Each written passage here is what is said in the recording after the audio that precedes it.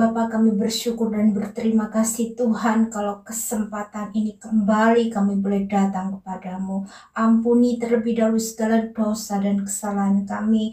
Tuhan, sucikan hati dan pikiran kami. Kuasai keberadaan kami ya Bapa. Kiranya Roh Kudus-Mu memampukan kami untuk kami melakukan apa saja yang menjadi kehendak-Mu di dalam kehidupan kami. Angkat segala kelemahan kami ya Bapa. Kiranya Roh Kudus-Mu memampukan kami untuk kami melakukan, oh Tuhan, haleluya, apa yang berkenan di hadapan-Mu. Terima kasih Bapa. Di dalam nama Tuhan Yesus Kristus kami siap untuk mendengarkan firman-Mu. Haleluya. Amin. Shalom.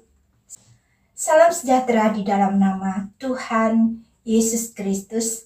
Saudara, saat ini saya memberikan tema tentang ada kehidupan setelah kematian. Seringkali kita bertanya-tanya di dalam kehidupan kita, adakah kehidupan setelah kematian?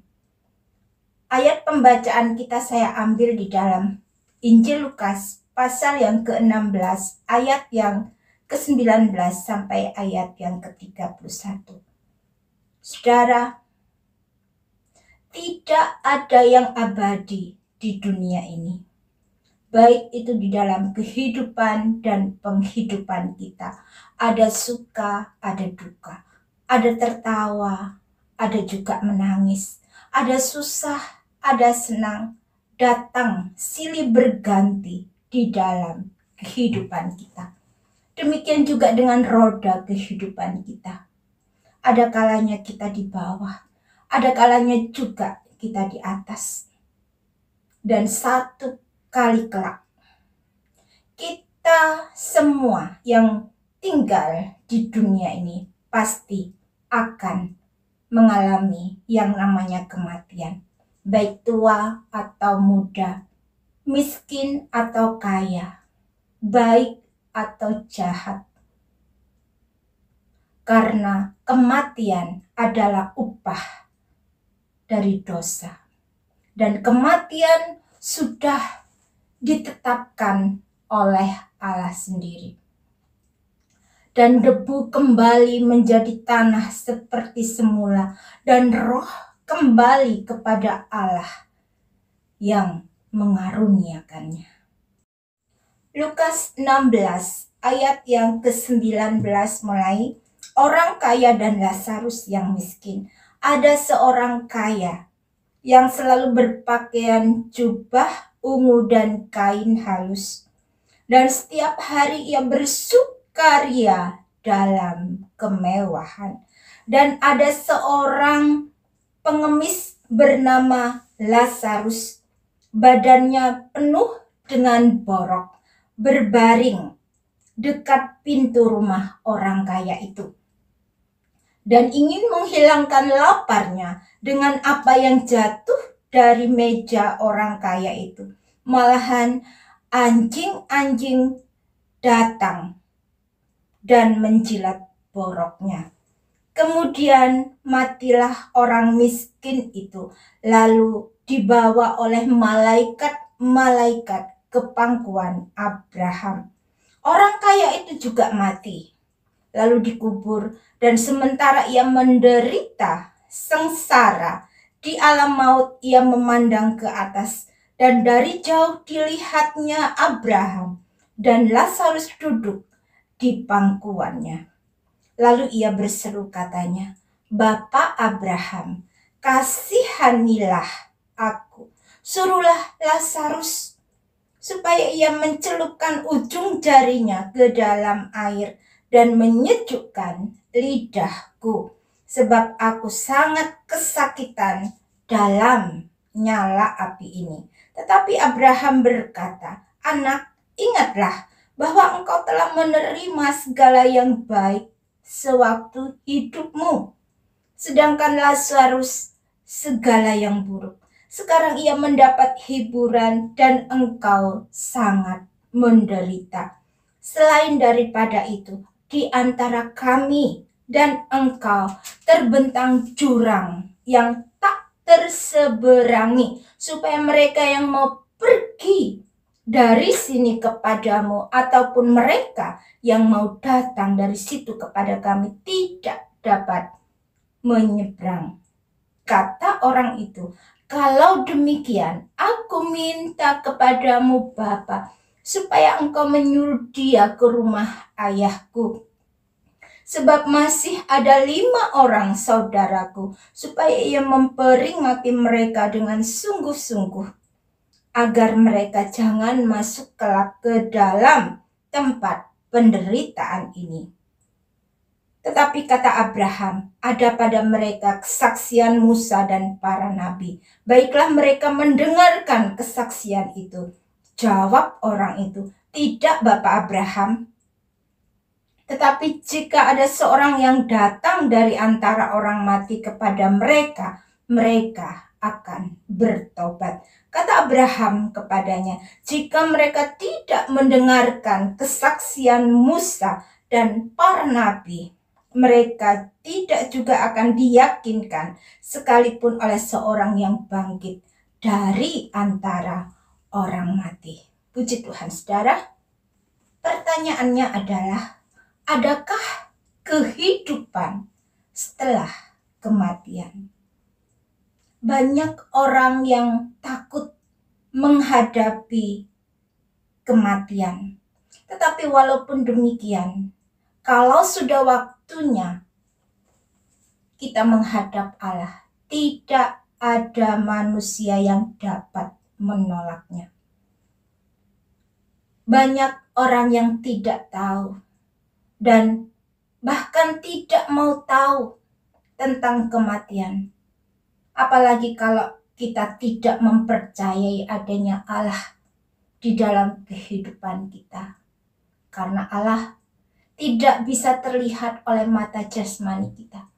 Yang penting hidupnya enak, bisa bersenang-senang, berkelimpahan harta, bahkan sampai 7 turunan pun kekayaannya tidak akan habis.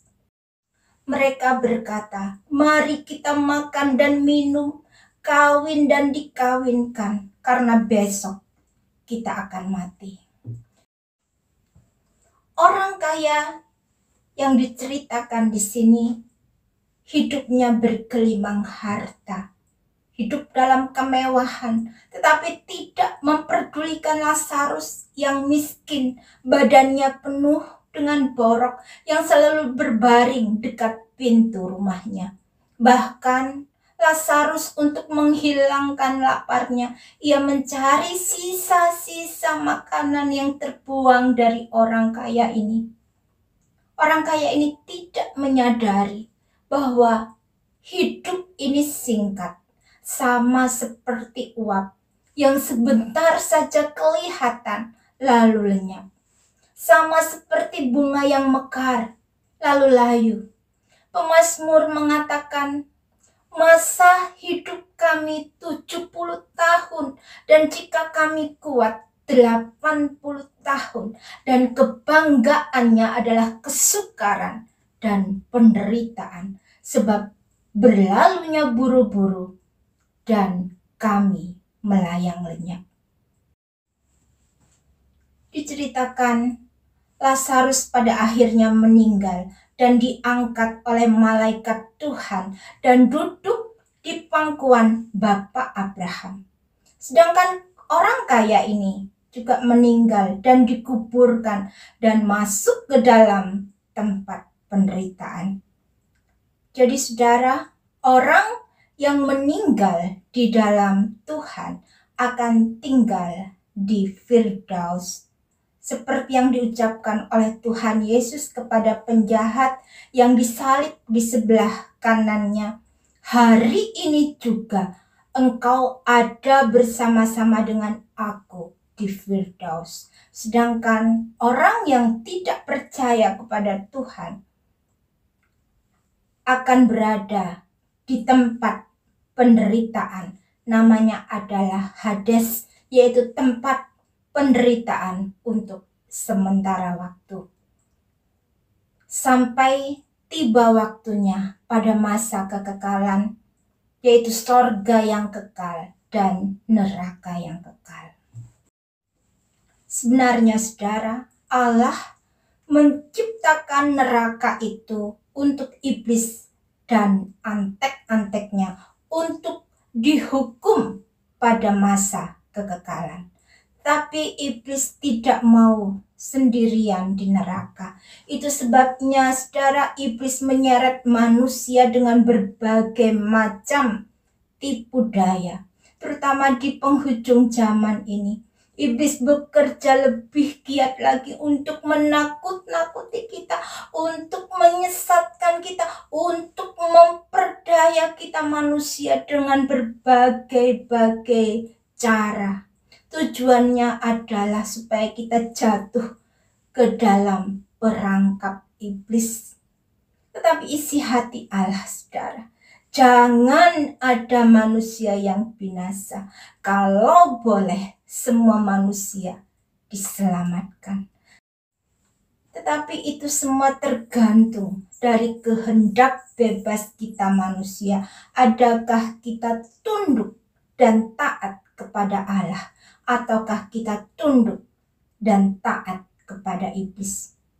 Saudara, orang kaya ini meminta kepada Bapak Abraham agar Lazarus pergi ke rumah ayahnya untuk memperingati kelima saudaranya yang masih hidup di dalam dunia ini, agar mereka tidak masuk ke tempat penderitaan seperti dirinya. Tetapi apa kata Bapak Abraham?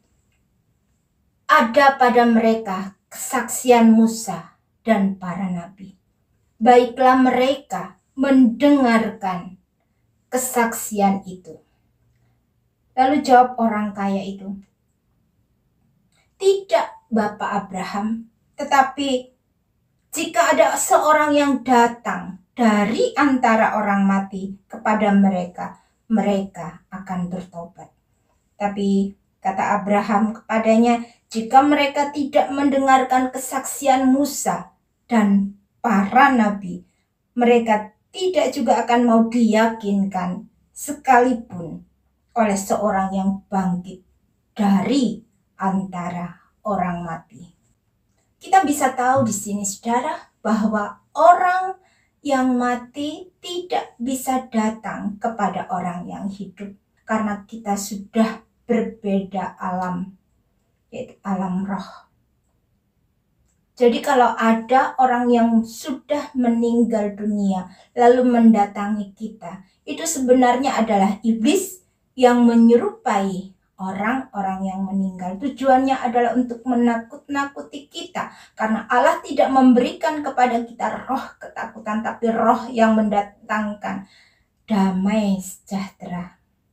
Dan Allah tidak mengirimkan orang yang sudah mati untuk memperingati kita, tapi Allah mau supaya kita menuruti firman Allah seperti yang sudah tertulis di dalam Alkitab. Karena Alkitab adalah firman Allah yang berkuasa, adalah perkataan Allah sendiri untuk kita lakukan di dalam kehidupan kita. Ini adalah kehendak Allah untuk kita menuruti apa yang tertulis di dalamnya. Firman Tuhan katakan, jangan kita mengurangi ataupun menambahi ayat-ayat yang sudah tertulis di dalam firman Allah.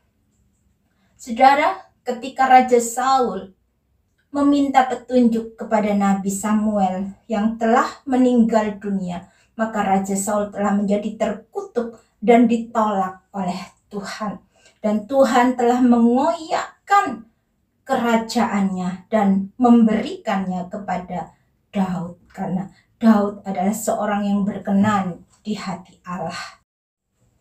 Jadi petunjuk jalan yang benar bagi kita manusia yang hidup di dalam dunia ini adalah Allah sendiri.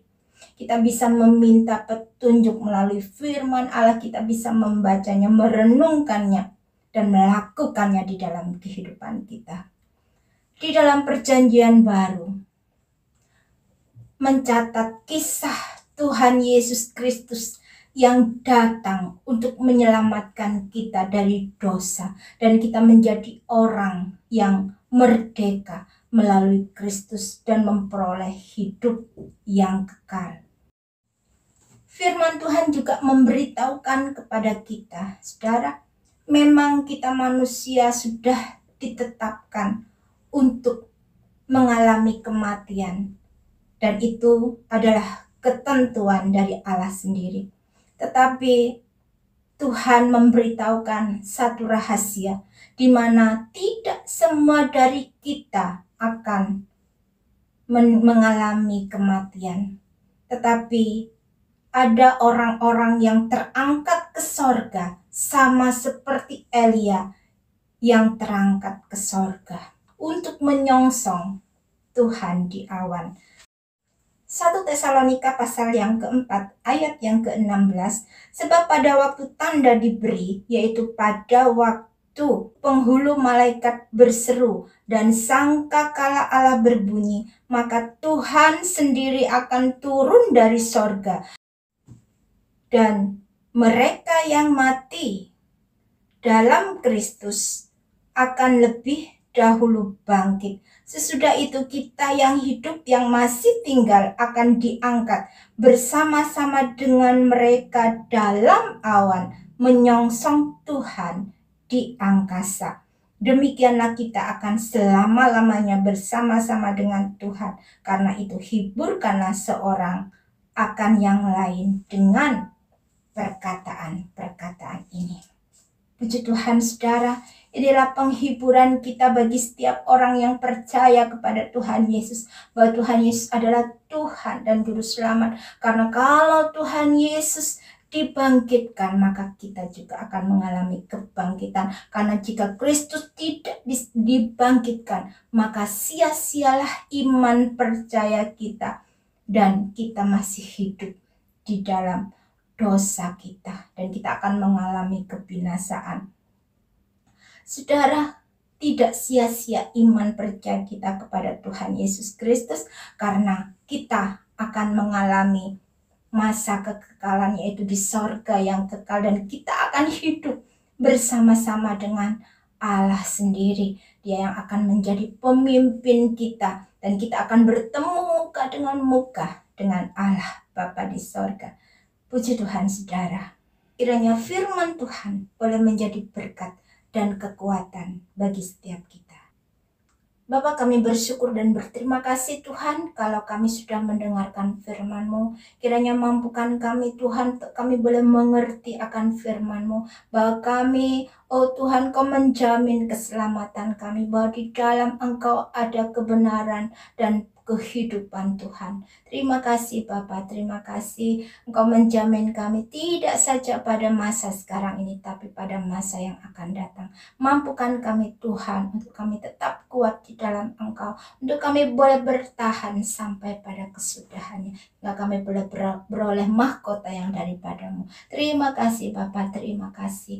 Ini keberadaan kami Bapa, kiranya kuatkan kami di dalam Engkau.